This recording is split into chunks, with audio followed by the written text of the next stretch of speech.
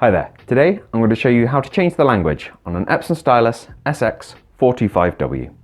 Now this is nice and simple and can be done from the printer itself using nothing but the screen and the buttons you can see on the control panel. Now my printer is set to English, but I'm going to take you through any kind of button presses or point out any kind of visual clues as to where you are so you can navigate to change the language regardless of what language your machine is currently in. So first of all, we need to go into setup, which we do by pressing this dedicated button here. And once we're in setup, the language option is number 5. So you can see you've got 1 out of 8 here. We need to get it to 5 of 8. So you're pressing the right arrow 4 times. Now once we have language, we press the start button, which is this symbol here. And English is option 1 of 20.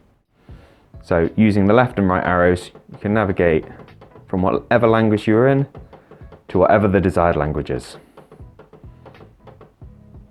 If it's English, just press left or right. And if you hit the end, it'll ping you back to option 1 of 20. And then you just press the start button again to confirm your selected language. And it's as simple as that. Now I hope you found this video useful. If you have, please do let us know with a like. If there's anything else we can help with, let us know down in the comments. Otherwise, thank you for watching and we'll see you next time. Take care. Bye-bye.